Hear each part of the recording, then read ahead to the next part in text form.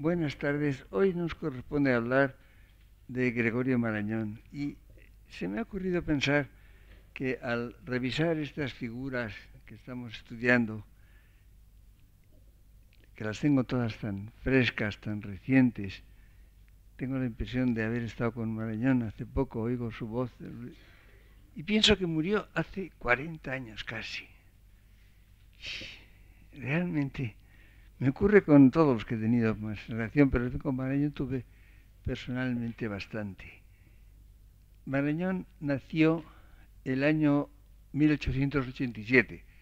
Era 4 años más joven que Ortega. Murió en 1960. Se va a cumplir 40 años de su muerte. Era el doctor Marañón. Todo el mundo llamó el doctor Marañón. Y verán ustedes hasta qué punto esto tenía sentido. Cómo era algo que caracterizó profundamente su figura. Marañón había sido médico, naturalmente, era médico. Era una gran figura de la medicina española, investigador. Fue de los primeros que avanzaron en el mundo en el estudio de la endocrinología. Pero además fue un médico clínico extraordinario. Él tenía una vida muy curiosa que he conocido muy de cerca. Era un trabajador absolutamente infatigable. Es un rasgo, por cierto, de muchas de las figuras que estamos estudiando. Han sido trabajadores laboriosos enormes. Marañón, en la época de su madurez, que es cuando yo lo conocí,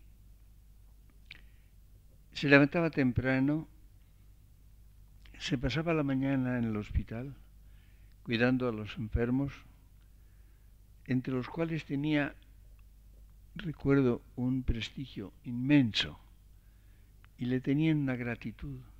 Pocas cosas me han conmovido más que ver el entierro de Marañón, en que estaba, pues diríamos, lo que se llama el todo Madrid, los amigos, los intelectuales, la gente que tenía significación política.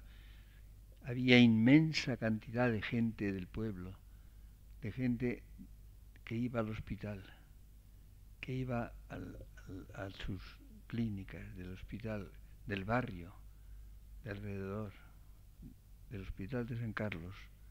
Yo recuerdo una viejecita que se abrió paso entre la mucha gente que había.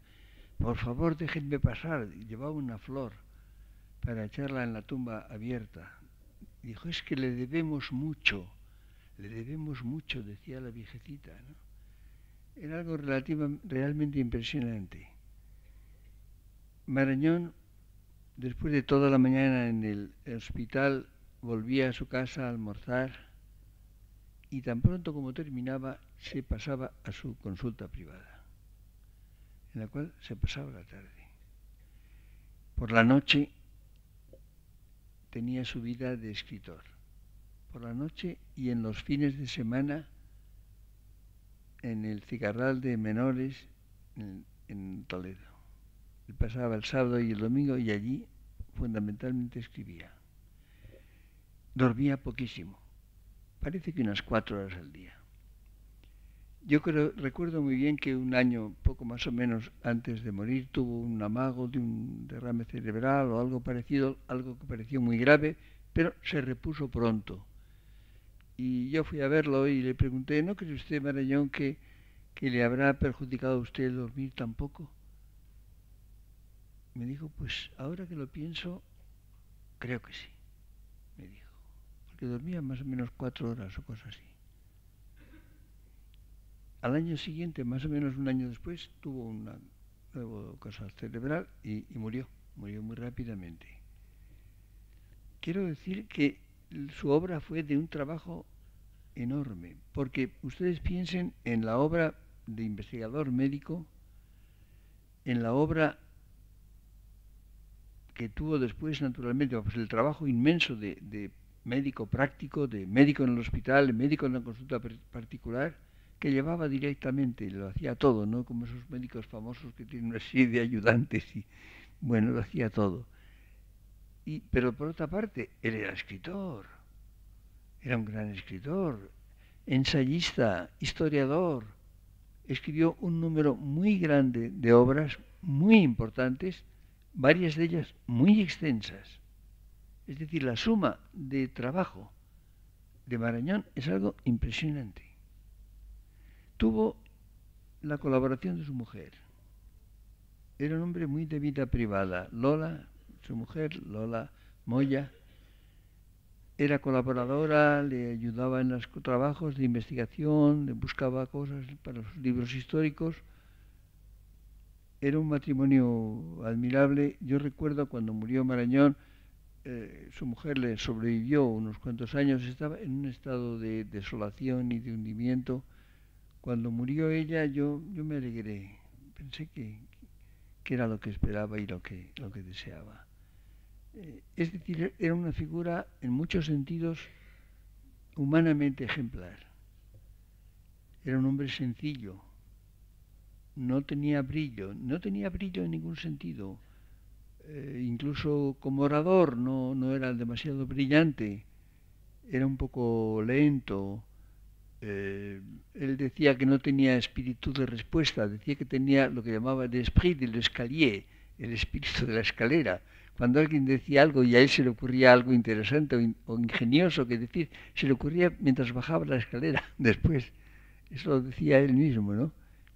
Era un hombre además de una generosidad extraordinaria, generosidad de todo, generosidad de que veía a tantos enfermos sin cobrar, no solamente los del hospital, sino a los que eran privados cuando por alguna razón, por algún vínculo de amistad o porque no tenían muchos recursos, no les cobraba nada o muy poco. Generoso de algo que es lo más precioso de su tiempo, el tiempo que dedicaba a atender a las personas. Yo tengo un par de recuerdos, estamos hablando de personas que he tratado y conocido, y son recuerdos impresionantes. Tengo dos muy concretos. Uno es de un amigo mío que tenía un primo que vivía en San Sebastián y tenía una enfermedad grave y tenía deseo de que lo viera Marañón. Marañón tenía cola en su consulta privada y en general tardaba tiempo en recibir a los enfermos. Me pidió, sabía mi amistad con Marañón, me pidió que hablara con él. Yo se lo dije, le pedí esto y me dio hora para este hombre que venía de San Sebastián muy pronto, a los 2 o 3 días, ¿no?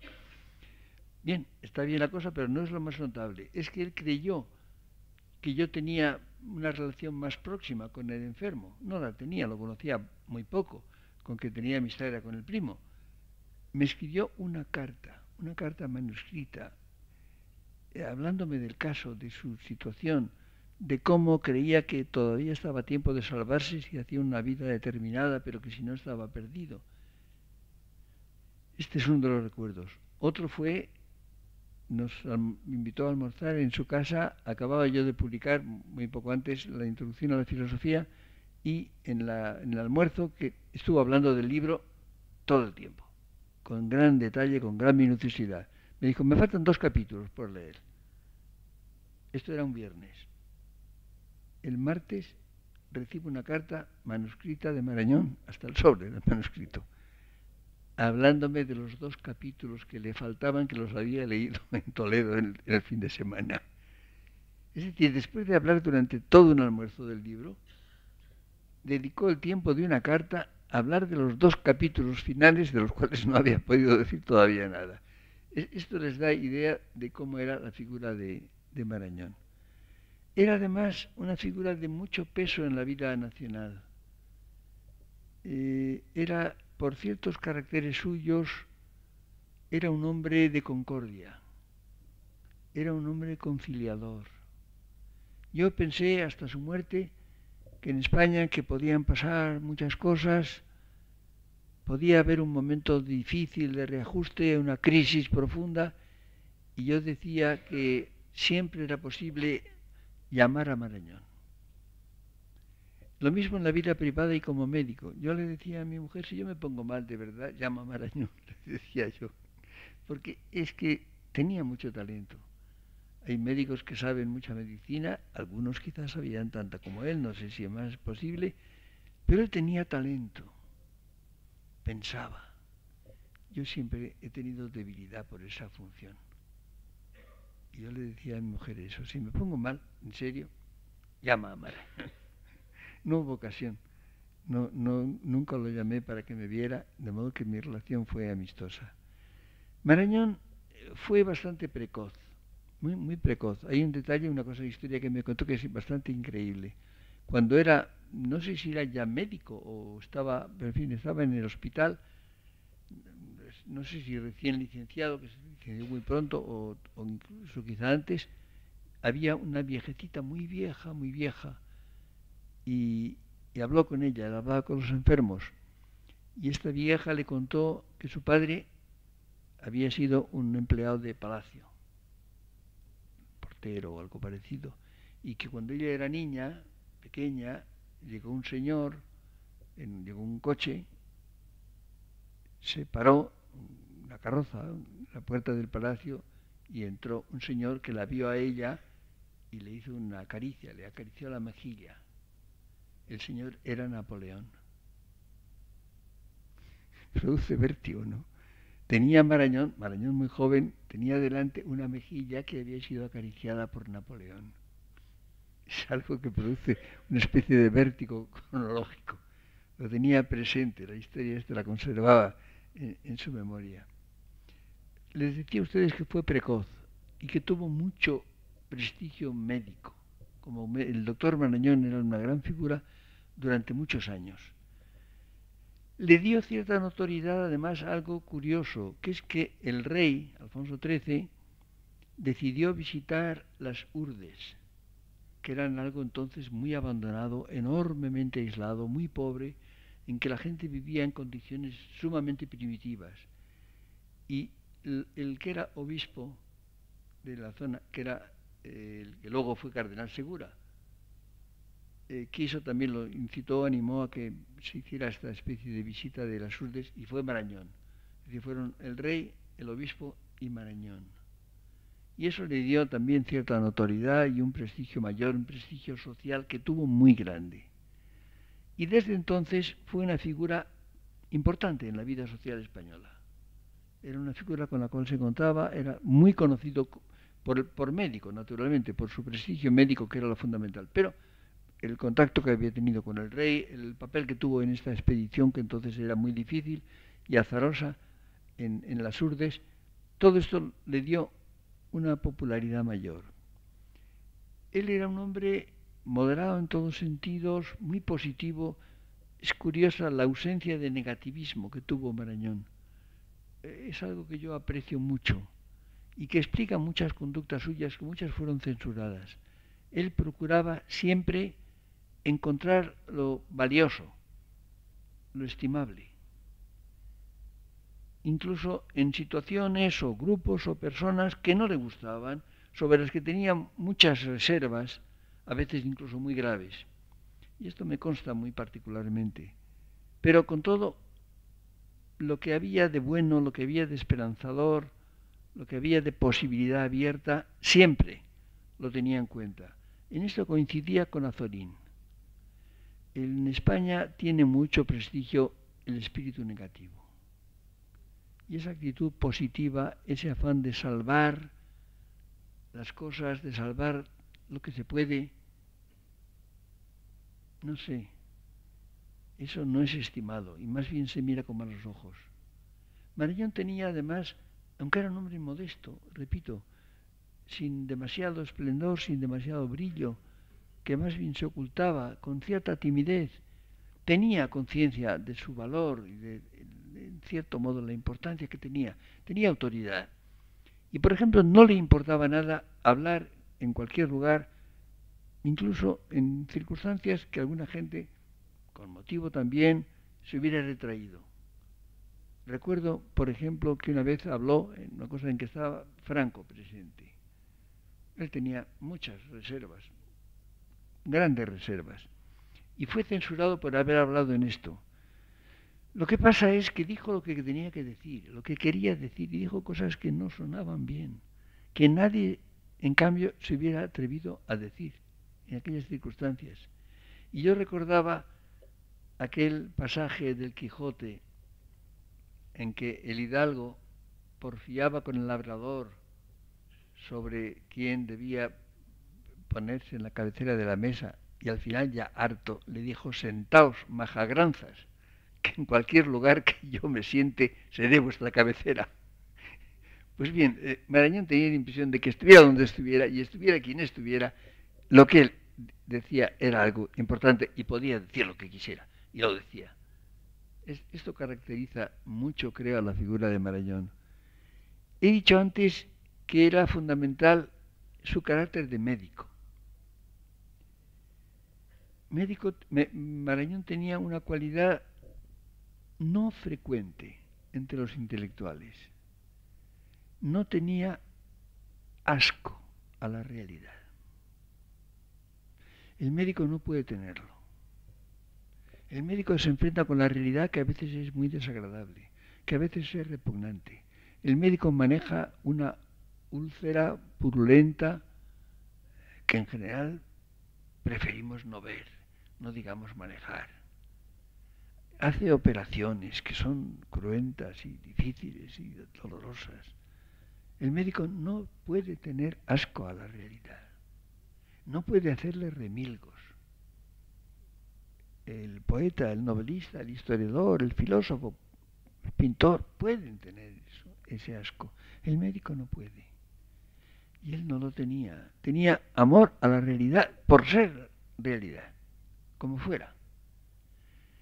Esto le daba, diríamos, no sé, una capacidad de adaptación a circunstancias, de resistencia a inconvenientes y dificultades, de hacer lo que le parecía que debía hacer.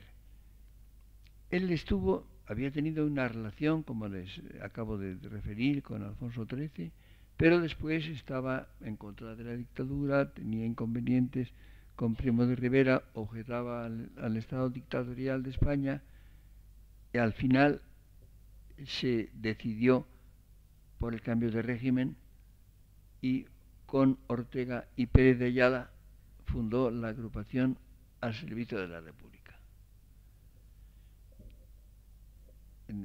Los tres figuras que la fundaron han pasado por este curso, como recuerdan ustedes. Pero cuando empezó la guerra civil se sintió en una situación de terrible malestar, también de repugnancia, de repulsión. Llevaba tiempo una actitud crítica con un profundo descontento. Entonces se expatrió, se marchó, pasó toda la guerra, la mayor parte del tiempo en París. En París, a diferencia de otros emigrados españoles que lo pasaron muy mal económicamente, él, por su prestigio de médico, tuvo acceso también a la práctica de la medicina en algunos casos. Su destino fue mejor. Otros muchos pasaron dificultades muy grandes, los que tenían ingresos propiamente intelectuales, que por cierto hay un episodio también médico. Ortega, que estaba en París y tuvo mucho trato con él, tuvo una enfermedad gravísima, una cosa de vesícula, tuvieron que operarlo y estaba en un estado malísimo. Marañón estaba presente, aunque él no era el cirujano, y el cirujano francés, al ver el estado de Ortega, le dijo: voy a hacer una operación o una autopsia.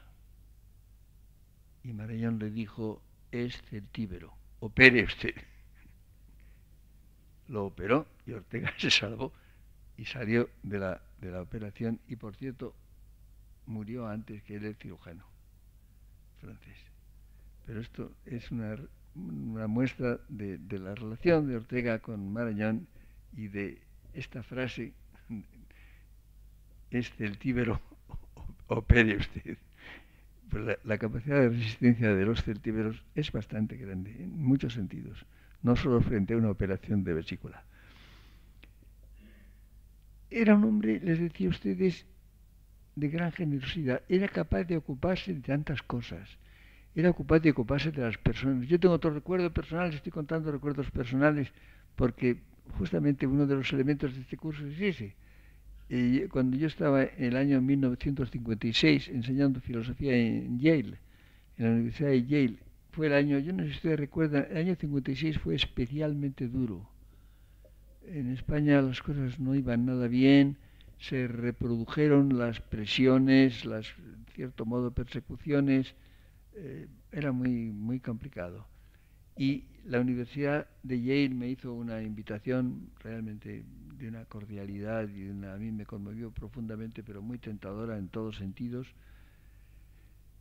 Y me acuerdo que yo le había escrito a Marañón contándoselo y me escribió una carta en que me decía: tiene usted todos los motivos para quedarse, económicos, de facilidad de trabajo, de prestigio, pero vuelva.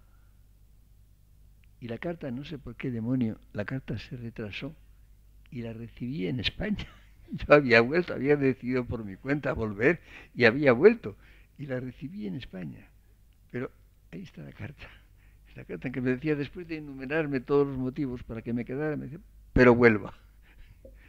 Ven ustedes lo que representa, lo que era la actitud de Marañón. Era un hombre sensato, tranquilo, con una cierta dosis, insisto en ello, de timidez. Pero tenía afán de conocer, afán de entender. Y eso lo llevó a la historia. Es curioso que este hombre, que era médico, médico de profesión y profundamente médico, radicalmente médico, su obra principal y lo que más queda de él es su obra de historiador. Era además, no lo olviden ustedes, liberal. Hacía profesión de liberal y lo era de verdad. Y él decía que se era liberal de un modo espontáneo, como se es limpio, o se habla con veraz. Eso lo tenía profundamente. Escribió, hay un libro suyo titulado Ensayos Liberales, sumamente interesante. Tenía otro libro también que es otro rasgo de su personalidad. Él era aficionado a Toledo, enamorado de Toledo. Tenía ese cigarral de menores donde pasó muchas horas de su vida, donde pasó los fines de semana, donde invitaba y recibía a personajes importantes, y eso le servía de muchas cosas. Pero era un hombre que cuando pasó muchos años en exilio echaba de menos Toledo y publicó un libro entero, Elogio y Nostalgia de Toledo, que es un libro realmente entrañable. Había sido muy amigo de otro toledanista, Galdós. Hay tantos recuerdos también de Galdós en la vida y en la obra de Marañón. No olviden ustedes que Galdós vivió hasta 1920, es decir, que el Marañón joven lo conoció y lo trató. Galdós iba a un modesto hotel que creo que sigue existiendo, el Hotel del Lino, en Toledo, un hotel antiquísimo, a donde iba Galdós. Pero les decía que su vocación principal intelectual y su obra más importante es la de historiador. Él hizo, desde el punto de vista del médico que era, hizo una aproximación a las figuras desde un punto de vista en cierto modo biológico. Él escribió un libro sobre Tiberio, el emperador romano, Tiberio o el resentimiento. Era un análisis del resentimiento visto en la figura enormemente importante de Tiberio. Escribió un libro también sobre las ideas biológicas del padre Feijóo, la gran figura intelectual del siglo XVIII.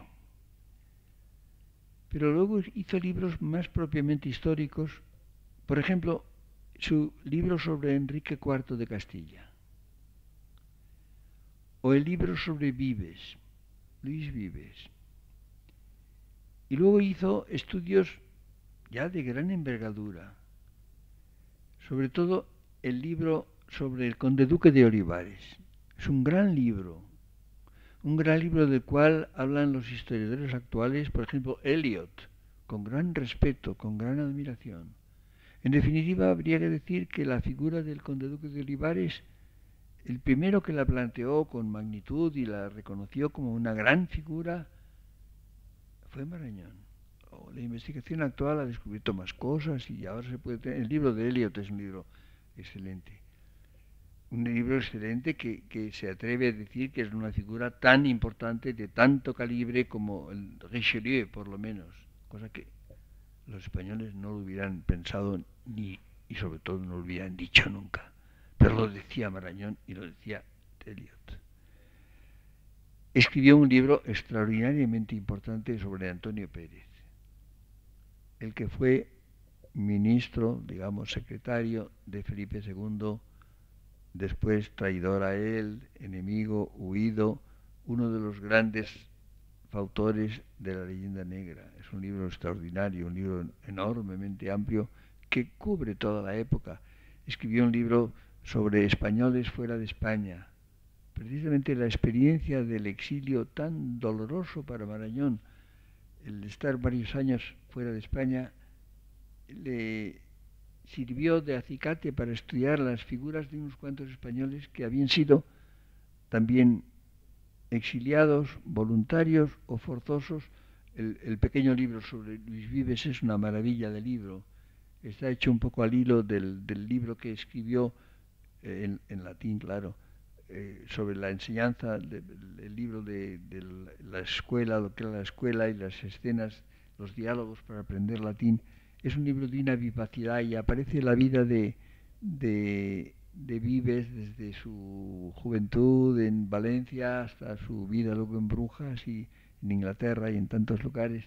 Es un libro de una vitalidad y una vivacidad realmente asombrosas. Es un libro encantador, totalmente. Es decir, es una obra sorprendente, una obra en un médico que no era historiador, que no era un profesional. Ortega decía que la mayor parte de los libros realmente interesantes de historia los habían hecho aficionados. Decía, es el Marañón y otros son lo que se llama en los toros el chico de la blusa, el espontáneo que se tira al ruedo.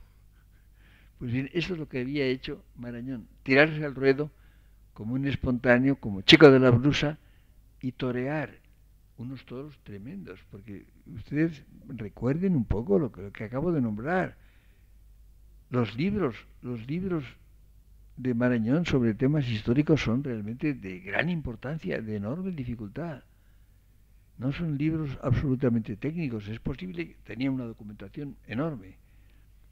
Pero no solamente eso, pero además pensaba, era capaz de recrear las épocas, los ambientes.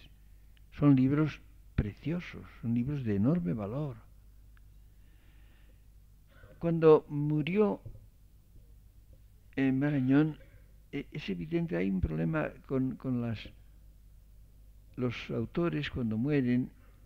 Claro, dejan de estar en el mundo, dejan de tener el desplazamiento inmediato, el desplazamiento social. Tienen luego un destino variable según la reacción de la sociedad y según también los géneros. Les he recordado a ustedes ya en este curso cómo los autores de artículos de periódico, de muchos artículos de periódico, son mucho más conocidos, mucho más populares que los que escriben solamente libros. Les he recordado, por ejemplo, cómo Unamuno o Azorín eran mucho más conocidos que diría yo que Baroja, autor de novelas más populares, más leídas, pero mucho menos que los artículos. Pues bien, Marañón era muy notorio como persona, como figura, con la cual se contaba, como figura que tenía, diríamos, como un gran desplazamiento en la sociedad española. No escribía artículos, rara vez. Era autor de libros, algunos de ensayos, por supuesto, pero la mayor parte eran grandes libros, extensos libros sobre figuras históricas. Se me ha olvidado nombrar otro que es muy importante también, Amiel o la timidez. Es un estudio de la figura de Amiel, al cual considera como un representante de la timidez, de la actitud psíquica de la timidez, y también es un libro interesante e importante. No, en definitiva, se podría hacer una reconstrucción de ciertas formas psíquicas, de formas psíquicas naturalmente no exhaustivas, pero que con un amplio arco, y de la historia de España y algunos elementos no españoles muy grandes, simplemente siguiendo la obra de Marañón. Pero estos libros no han circulado mucho después de su muerte. Hay una edición excelente que publicó la editorial Espasacalpe, pero los tengo todos, me parece que son 9 volúmenes gruesos, grandes. Las ediciones de obras completas son un poco descorazonadoras, son muy convenientes, para tener los libros son insustituibles, pero no son muy leídas, no son demasiado cómodas de leer. Yo creo más en el libro aislado, en el libro pequeño. Tengo la impresión, es una impresión nada más, no la puedo documentar, de que Marañón es poco leído. Yo creo que después de su muerte, pero son 40 años, es poco leído. Y él no aparece en el horizonte, no nos encontramos físicamente con él, no oímos hablar de él, no nos hablan de él, no vamos a su consulta o al hospital. Es decir, la persona que tenía gran relieve, gran fuerza, ha desaparecido. Queda la obra, pero la obra quizá por azares, por los géneros literarios, por las formas editoriales. No lo sé, pero yo tengo la impresión de que no es muy leído. Lo cual quiere decir que las generaciones actuales, los que han vivido en estos años después de su muerte, no están familiarizados con la figura de Marañón. Y era una de las grandes figuras de España. No cabe duda. Los que son más estrictamente escritores, los que más comentados como escritores por críticos, por eruditos, mantienen una presencia mayor y a última hora, parcialmente, mejor o peor, más o menos son leídos. Una figura como Marañón no tiene estas apoyaturas y entonces queda, yo tengo la impresión, quizá me equivoque, en segundo plano.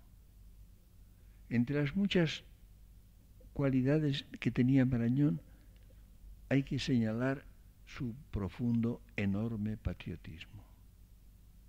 Tenía una enorme preocupación por España, un enorme interés por España.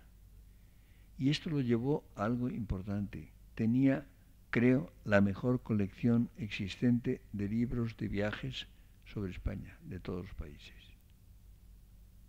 Creo que esta colección ha desaparecido como tal, no sé, creo que no existe en este momento, pero para él era algo precioso. Él estimaba el innumerable catálogo de libros sobre España que tenía, que son muchos, de muy desigual interés, pero muchos de ellos de profundo interés, y esto en la vida de Marañón fue muy importante. Hay una cosa no fácil de saber, no se puede determinar, de casi nadie lo sabemos, pero quizá lo más interesante sería saber de cada persona qué es lo que verdaderamente le importaba. ¿Qué es lo que nos importa a cada uno de nosotros? ¿Qué cosas, qué ideas, qué personas nos importan? Eso es lo que más verdaderamente y más profundamente somos. A Marañón le importaba enormemente España. Le importaba enormemente su realidad física, social, histórica. En definitiva, la obra de Marañón estuvo dedicada en gran parte a conocer España, a poseerla. La posesión de la realidad es casi siempre deficiente, precaria. Es algo importantísimo. La realidad sí está ahí, pero está en mí. Hay que preguntarse, ¿es que la poseo? ¿En qué medida, en qué grado? Le interesaba lo humano, le interesaban las personas. Le interesaban directamente, en cuerpo y alma, velaba por ellas, trataba de sanarlas, les dedicaba atención. Era conmovedor ver la atención que dedicaba a los enfermos. Yo nunca he sido paciente suyo, pero una vez le llevamos a uno de nuestros niños a que lo viera. Nunca olvidaré Yo he pasado por médicos, algunos muy famosos, con esa serie de ayudantes y que hacen la historia clínica y yo qué sé, ¿no?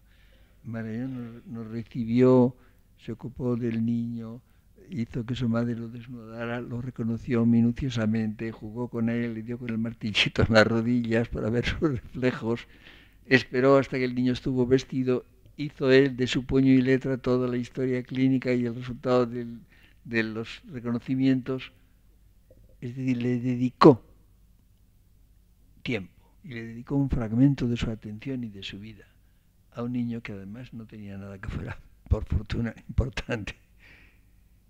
Esto era la actitud que tenía Marañón. Yo lo he tratado mucho, he hablado mucho con él, he pasado horas hablando con él. Siempre se encontraba a la persona que era.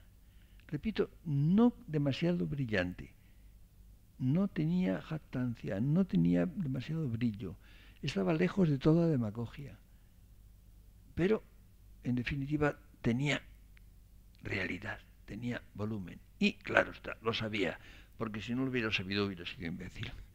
Cuando se dice de algunos hombres eminentes, por ejemplo, se dice de Ortega, que Ortega, bueno, sabía quién era. Claro que sabía quién era.